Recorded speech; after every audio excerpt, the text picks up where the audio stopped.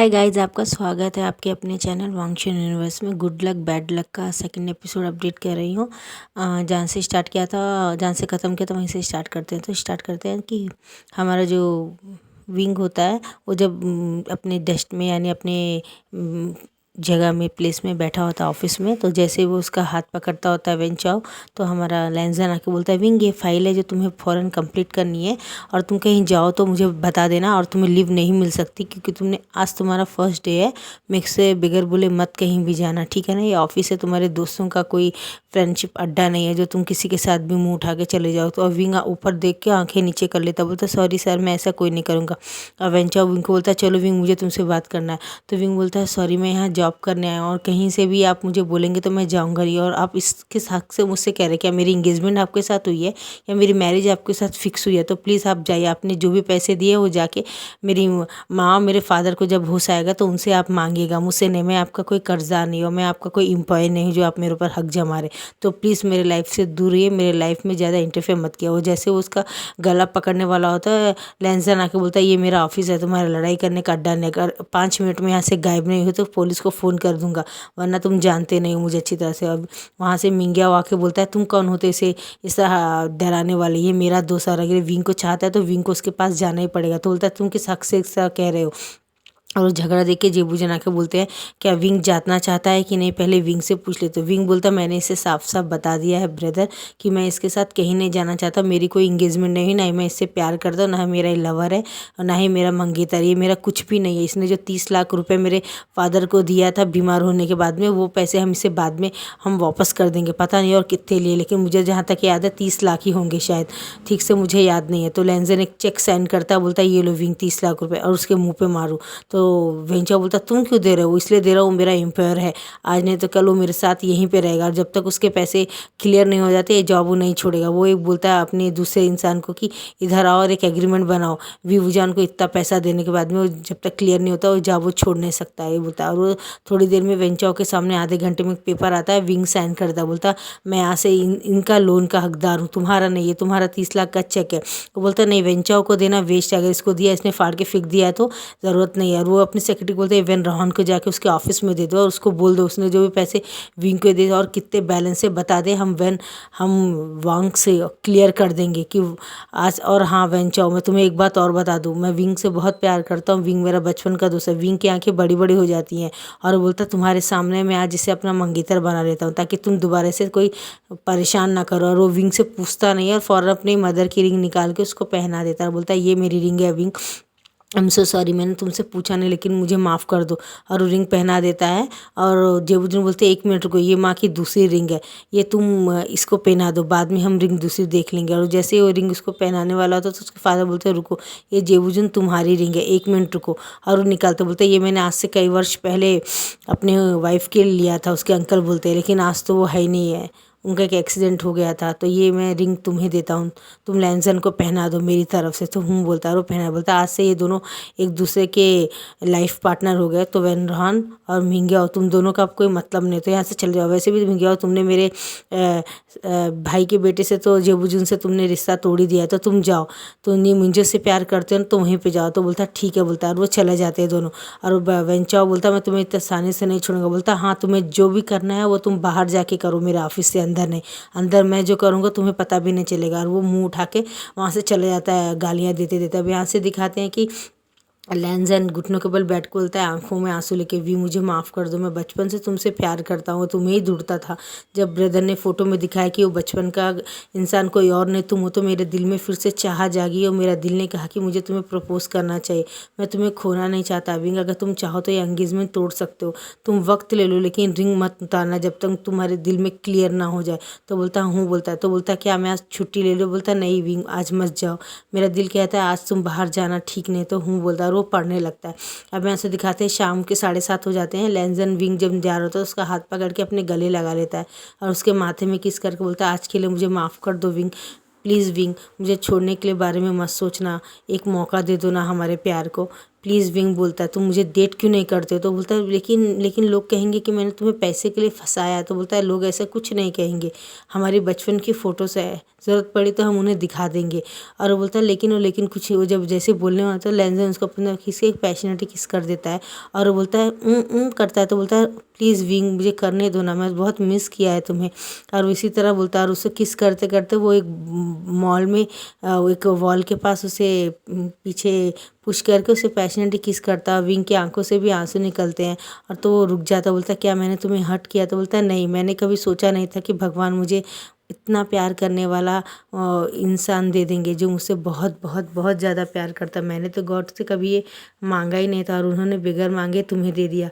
मैं शायद बहुत लकी हूँ जो मुझे तुम्हारे जैसा प्यार करने वाला मिला, जो बगैर बोले ही मेरे दिल की बात समझता है और मेरे आँखों में आंसू भी नहीं आने देता है और मेरे सारे ख्वाहिश मुझे बहुत सारा प्यार दिया है। काश ऐसा सच्चा प्यार हर उस इंसान को मिले जो डिज़र्व करता है, जिसका प्यार सच्चा हो। मैं भगवान से प्रार्थना करूँगा कोई किसी को इग्नोर ना करे और कोई कभी प्यार करके उससे बात करना बंद ना करे, क्योंकि जो प्यार में दर्द में होता है उसका दर्द तो भगवान को भी नहीं देखा जाता है।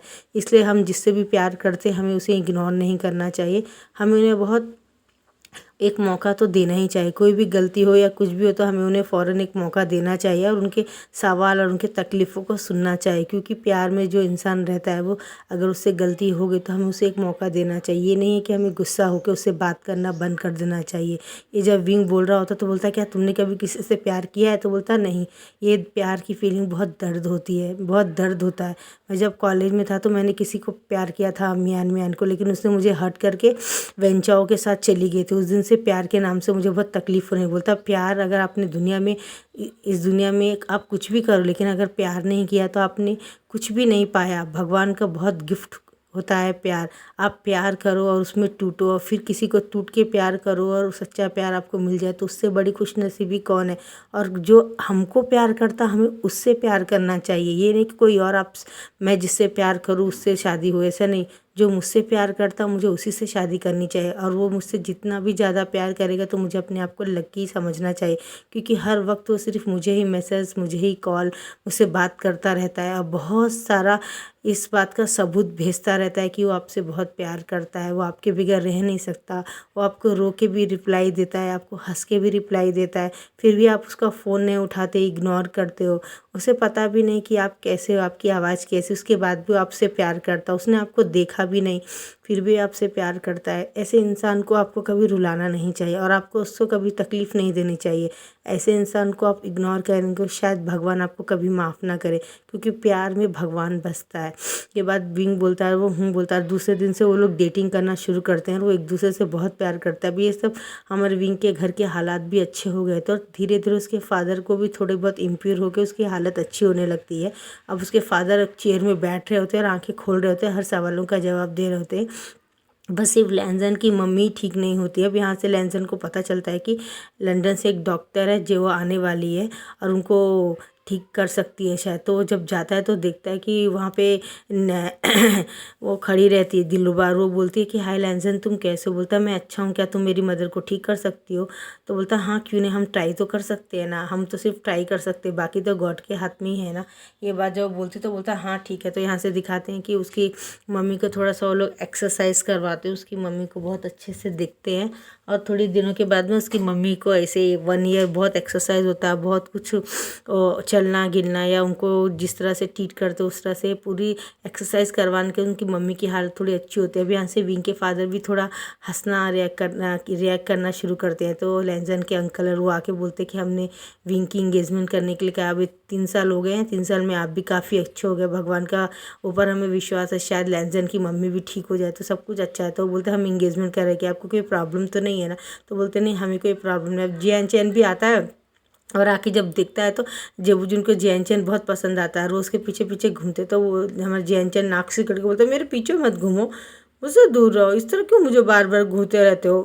ये बात वो बोलता है तो वो हंसने लगते, बोलते तुम बहुत प्यारे लगते हो जब गुस्से में रहते हो, या तुम मुझसे दोस्ती करोगे? तो जियान चैन बोलता मैं नहीं करूँगा दोस्ती, तुम मुझे बिल्कुल भी पसंद नहीं आते, तुम्हें तो हंसना भी नहीं आता। तो बोलता तुम कौन से दांत निकाल निकाल के हंसते हो, तुम भी तो हंसना नहीं आता। बोलता क्या? बोलता और नहीं तो क्या, तुम कौन सा हंस रहे हो, तुम्हारा मुँह भी तो बागड़ बिल्ला के जैसा है। तो बोलता तुम मुझे गाली दे रहे हो। बोलता नहीं, मैं तुम्हें सच बता रहा हूँ, तुम एक नंबर के गधे हो, तुम्हें तो हंसना भी नहीं आता। और दोनों लड़ रहे होते हैं। और विंग बोलता है क्या तुम्हारा भाई मेरे भाई से प्यार करता है क्या? बोलता लगता तो ऐसे ही है, नहीं तो ब्रदर तो ऐसे छोटे बच्चे कभी भी नहीं बनते। वो दोनों हंस के हाथ पकड़ के जाते हैं। वो अंकल थोड़े दिनों के बाद में उनकी इंगेजमेंट की एक बहुत बड़ी पार्टी रहती है, और लैंस एंड विंग को ऑलरेडी पहले तो रिंग पहना दिया था, लेकिन दुनिया वालों के सामने भी कुछ रूल रेगुलेशन फॉलो करने पड़ते हैं ना। तो उनके ऑफिस से बहुत लोग आते हैं, और बहुत लोग बोलते हैं विंग ने तो लैंसन को फंसा लिया है।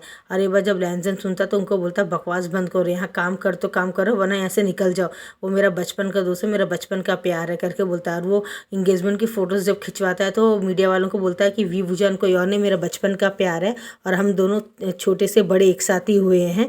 उसने अपनी काबिलियत पे इंटरव्यू दिया था, हमने दुनिया को बताया भी नहीं था कि हम दोनों एक दूसरे से प्यार करते हैं और बचपन से एक दूसरे को जानते हैं। तो ये बात सुन के सब लोग हैरान हो जाते हैं और सर नीचे कर लेते हैं, और उस उन दोनों के साथ की फ़ोटो दिखाता है और बोलता है मीडिया में फ़ोटो छाप देना और सबको बता देना कि वी भुजान ने मुझे फंसाया नहीं, वो मेरा सचमुच का बचपन सा दोस्त है। बड़ा होते होते हम दोनों के एक दूसरे से प्यार हो गया।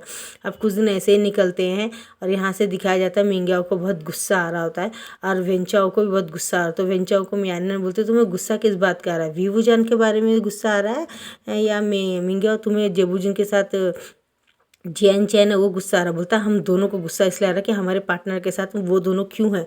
तो बोलता है तो क्या फ़र्क पड़ता है, दुनिया कितनी बड़ी है, कोई कहाँ कहीं भी किडनैप हो जाता है, कोई भी किसी को मार सकता है। अब यहाँ से दिखाते हैं कि ड्रिंक में कुछ मिला दिए होते, और हमारे विंग को का एंगेजमेंट कंप्लीट हो जाने के बाद में फ़ोटो वीटो सब निकालने के बाद में तीसरे दिन जब हमारा विंग जा रहा होता है तो विंग को और जियान चैन को दोनों को पकड़ लेते हैं, उठा के एक गोदाम में बंद कर देते हैं, और वहाँ पर टाइम टू टाइम खाना डालते रहते हैं, लेकिन उनको पता भी नहीं चलता कहाँ गया। अब वो बोलते कि आखिर ये हो क्या रहा, हम कहाँ पे हैं जियान चैन? तो बोलता पता नहीं अभी।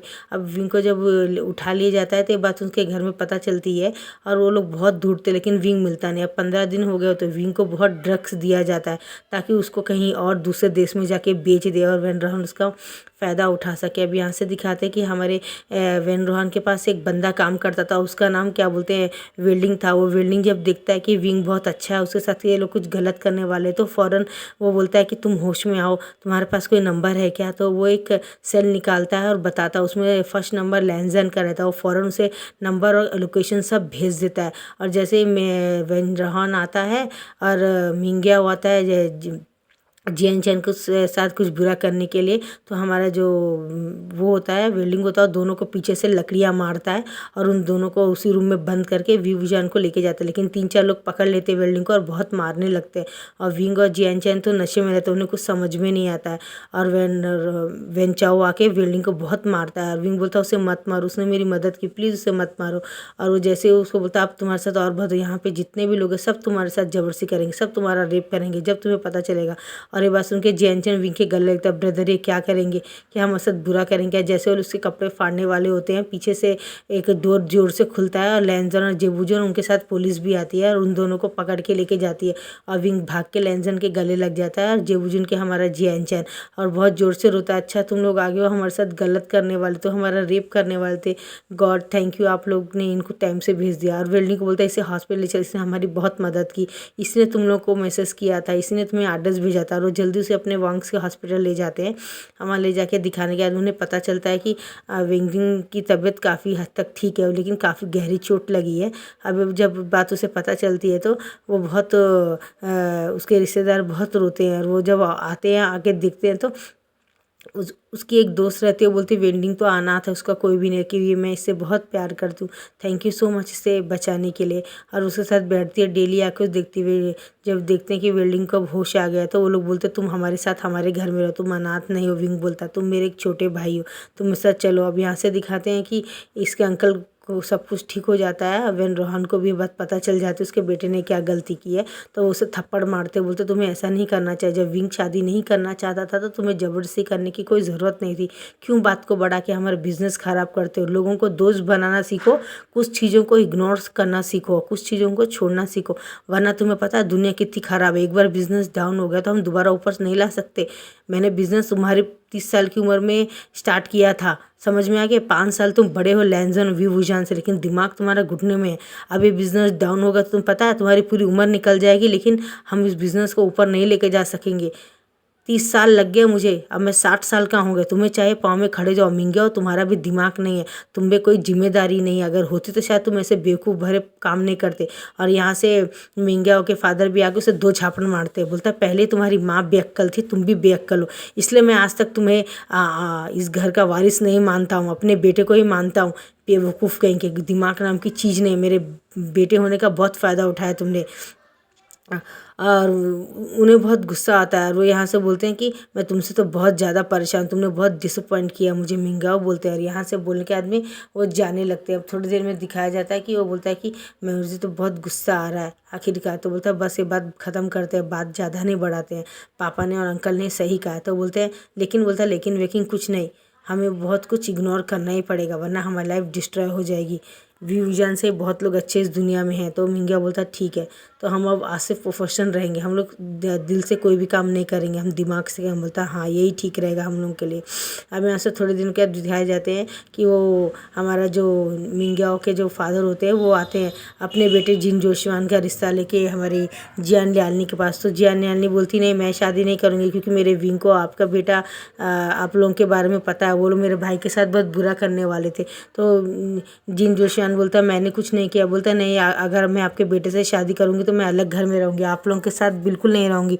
आपके बड़े बेटे ने मेरे छोटे भाई के साथ रेप करने की कोशिश की थी, अब उसके साथ में मैं ये सब कभी बर्दाश्त नहीं कर पाऊँगी, ये बोलती। तो उसके फादर बोलते ठीक है, मेरा बेटा तुमसे बहुत प्यार करता है, उससे शादी करके अलग रहो, ठीक है, मुझे कोई प्रॉब्लम नहीं है, क्योंकि मेरे बेटे की गलती, इसलिए मैं ये बात मानूंगा। और यहाँ से वो सर झुका देते हैं। अब ऐसे बताते 3 महीने बाद में हमारी जियान यानी कि जिन जोशीवान के साथ शादी हो जाती है।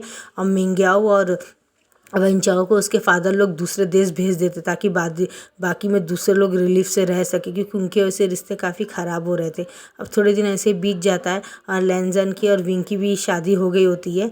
और लैंजन ने पूरे रीति रिवाज के साथ में विंग से शादी कर ली होती है, जेबूजो ने जियानचैन से कर ली होती है, और जियान्यानी की भी शादी हो गई होती है। अब तीनों एक जगह बैठे होते हैं। जियान्यानी को 3 महीना प्रेग्नेंट रहती है। जब ये बात विंग को पता चलती तो भाग के, तो बोलता है लंजे जल्दी आओ ना, मेरी बहन प्रेग्नेंट है, गुड न्यूज़ है। तो बोलता है विंग तुम दूसरों के पीछे बहुत सोचते हो, लेकिन तुम हमारे बारे में कुछ नहीं सोचना। तो बोलता है बेबी, बोलता है मैं बेबी, बोलता है और नहीं तो क्या, क्या तुम्हें बेबी नहीं चाहिए क्या। तो बोलता है अच्छा मजाक कर रहे हो क्या। वो धक्का देके जाने लगता। तो लैंजन उसको बेड में पुश करता है और डोर को कुंडी लगा देता है। बोलता है हम मैरिड है, कोई अब कपल नहीं है, तो तुम्हें मेरी बात माननी पड़ेगी।